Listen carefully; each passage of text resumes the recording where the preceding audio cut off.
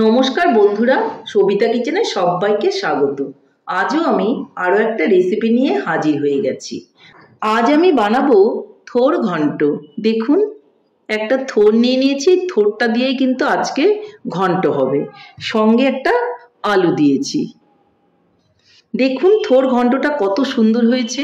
রুটি, পরোটা, কুলচা, নান, গরম ভাত সব কিছুর সঙ্গে এটা খাওয়া যাবে।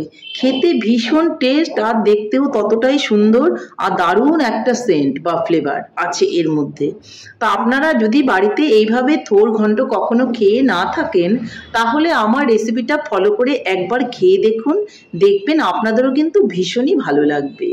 তাহলে আর দেরি না করে ঝটপট দেখে ফেলুন যে আমি এই রেসিপিটা কি করে বানালাম।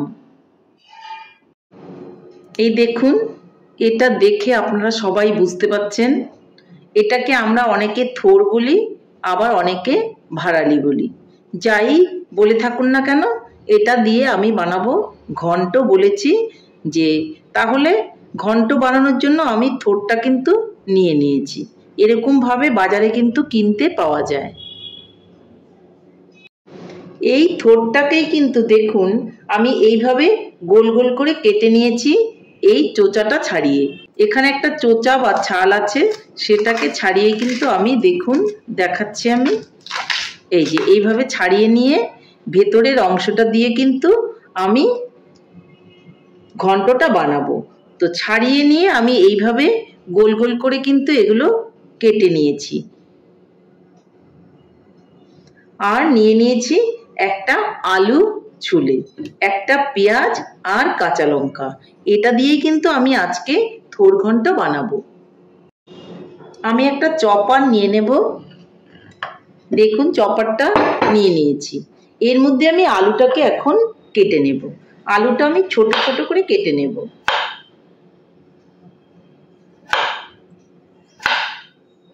আমি দেখাচ্ছি কিভাবে কাটবো। ঠিক সাইজটা এইভাবে ছোট ছোট করে আমি কেটে নেব।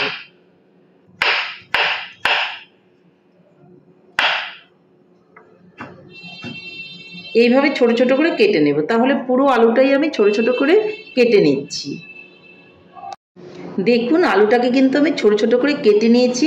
এখন আমি এই থোড় বা ভাড়ালি এটাকে কেটে নেব। এটাকে আমি এইভাবে নিয়ে নেব। নিয়ে আমি এখানে এটাও কুচি কুচি করে কেটে দেব। দেখুন কিভাবে কাটছি, আপনারা একটু ভিডিওটা ফলো করেন, তাহলেই বুঝতে পারবেন। এটাও আমি কুচি কুচি করে কেটে নেব। দেখুন আরো একটা আমি ধরে কেটে দেখিয়ে দিচ্ছি।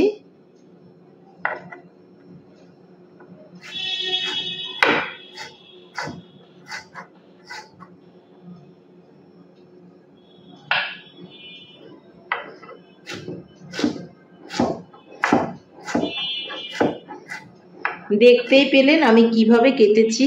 এইভাবে কিন্তু কুচি কুচি করে সবগুলো থোড়ই কিন্তু আমি কেটে নেব। দেখুন থোড়টাকেও আমি কিন্তু সবগুলো কুচি কুচি করে কেটে নিয়েছি। প্লেটের মধ্যে এগুলো নিয়ে নিচ্ছি। আমি পেঁয়াজ আর লঙ্কাগুলোকে এখন সরিয়ে নেব। দেখুন আলু আর থোড়টা কিন্তু আমি একই সঙ্গে নিয়ে নিয়েছি। এটাকে আমি এখন সেদ্ধ করে নেব। সেদ্ধটা আমি প্রেসার কুকারে করে নেব। আপনারা এমনিতেও কিন্তু কড়াইতে করে নিতে পারেন।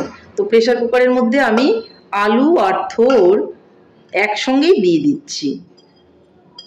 থোড় বা ভাড়ালি বলতে পারেন, আগেও বলেছি। এটাকে আমি এখন প্রেসারে 2টো সিটি দিয়ে নেব, তাহলে আমার তাড়াতাড়ি হয়ে যাবে। আর যদি আমি কড়াইয়ের মধ্যে সেদ্ধ করে নিই তাহলে একটু সময় বেশি লাগবে। এদিকে আমি পেঁয়াজটাকেও এখন কেটে নেব। থোড়টা আমি সেদ্ধ বসিয়ে দিয়েছি।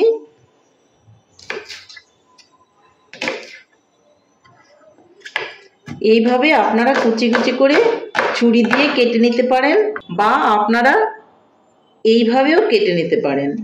এইভাবে গ্রেটারের মধ্যেও কেটে নিতে পারেন। যেভাবে আপনার সুবিধা হবে বা তাড়াতাড়ি হবে আপনি সেভাবেই করে নেবেন, বা আপনি বটিতেও কিন্তু কেটে নিতে পারেন। দেখুন দুটোই কিন্তু একই রকম হয়েছে। দেখুন এইভাবে আপনারা কেটে নিতে পারেন। পেঁয়াজটাকে আমি কিন্তু কেটে নিয়েছি, আর লঙ্কাগুলোকেও আমি নিয়ে নেব। দেখুন লঙ্কাগুলো আমি একটু আস্তই রাখবো, মাঝখান থেকে একটু চিড়ে দেব। দুটো লঙ্কা আমি চিড়ে দেব। দেখুন পেঁয়াজ আর লঙ্কাটা আমি নিয়ে নিয়েছি। এখন আমি পেঁয়াজ আর লঙ্কাটাকে একটু সাইডে সরিয়ে নেব। প্রেসারে সিটি পড়ে গেছে, আর এইদিকে আমি নিয়ে নিয়েছি কিছু মশলা। যেহেতু আমি ঘন্ট বানাবো, একটু তো মশলার প্রয়োজনই হবে। আমি এখানে আদা বেটে নিয়েছি, আর এখানে কাঁচা লঙ্কা আর টমেটো একসঙ্গে বেটে নিয়েছি। এর মধ্যে একটু জিরে গুঁড়ো মিলিয়ে দিচ্ছি। আমি জিরেটা বেটে নেইনি, গুঁড়োটাই এখানে দিয়ে দিলাম। আজকে আমি ঘন্টটা বানাবো একটু ভোগ চাল দিয়ে, যার জন্য কিন্তু আমি ভোগ চালটা দেখুন ধুয়ে ভালো করে রেখে দিয়েছি। ওদিকে দেখি থোড় বা ভাড়ালি যেটাই বলুন না কেন, সেদ্ধটা কেমন হয়েছে সেটাকে আমি বের করে নিচ্ছি। এদিকে থোড় আর আলু খুব ভালো করে সেদ্ধ হয়ে গেছে। দেখুন এগুলোকে কিন্তু খুব ভালো করেই সেদ্ধ করে নিতে হবে। এই দেখুন একদমই গলে গেছে। এই দেখুন আলুটাও খুব সুন্দর সেদ্ধ হয়েছে। ঠিক এইভাবেই কিন্তু করে নিতে হবে। তাহলে এখন আমি চলে যাচ্ছি উনানের দিকে।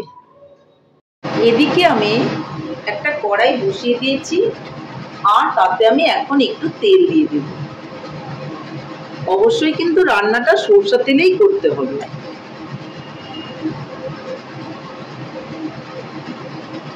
তেল কিন্তু গরম হয়ে গেছে, এর মধ্যে আমি দিয়ে দিব গোটা জিরে।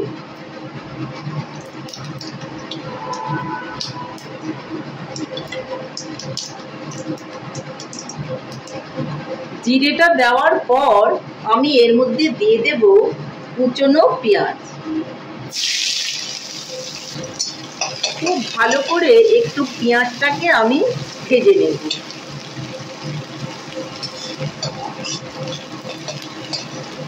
পেঁয়াজটা দেখুন ভাজা ভাজা হয়ে গেছে। এর মধ্যে আমি এখন ভিজিয়ে রাখা ভোগ চালটাকে দিয়ে দেব। এর মধ্যে ভেজে নেব। ভোগ চালটা দেওয়ার পর এর মধ্যে আমি লবণ আর হলুদ অ্যাড করে দেব। দিয়ে দিচ্ছি লবণ, আর এদিকে দিয়ে দিচ্ছি হলুদ। খুব ভালো করে আবারও কিন্তু নেড়ে চেড়ে মিশিয়ে নেব। খুব ভালো করে ভেজে নিতে হবে, যেন চালটাও একটু ভাজা ভাজা হয়। চালটাও কিন্তু একটু ভাজা ভাজা হয়ে গেছে। এখন আমি এর মধ্যে দিয়ে দিব বানিয়ে রাখা মশলাটা। আদা, টমেটো, কাঁচা লঙ্কা, জিরে। এটাকে ভালো করে আমি এর মধ্যে কষিয়ে নেব। বাটিটা ধুয়ে একটু জল দিয়ে দেব।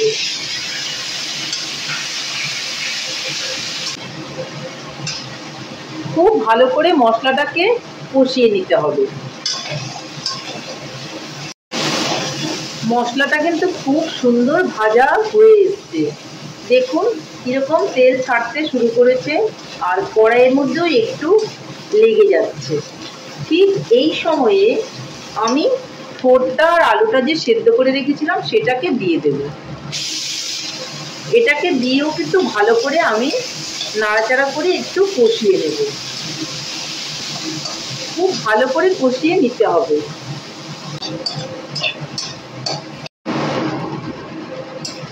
থোড় কিন্তু খুব ভালো করে কষানো হয়ে গেছে। এখন এখানে আমাকে একটু জল দিতে হবে। অবশ্যই কিন্তু গরম জল দেব। চালটা সেদ্ধ হওয়ার জন্যই কিন্তু জলটা দেওয়া হলো। এখন এটাকে কিছুক্ষণ ফুটতে দিতে হবে। যখন এটা ফুটতে থাকবে তখন আমি এখানে দুটো আস্ত কাঁচা লঙ্কা দিয়ে দেব। খুব ভালো করে কিন্তু এটাকে কষিয়ে নিতে হবে। এখন আমি এর মধ্যে দিয়ে দিব অল্প করে গরম মশলা। আপনারা ইচ্ছে করলে এখন এই সময় একটু ঘি দিতে পারেন, আমি আজকে ঘি ব্যবহার করব না।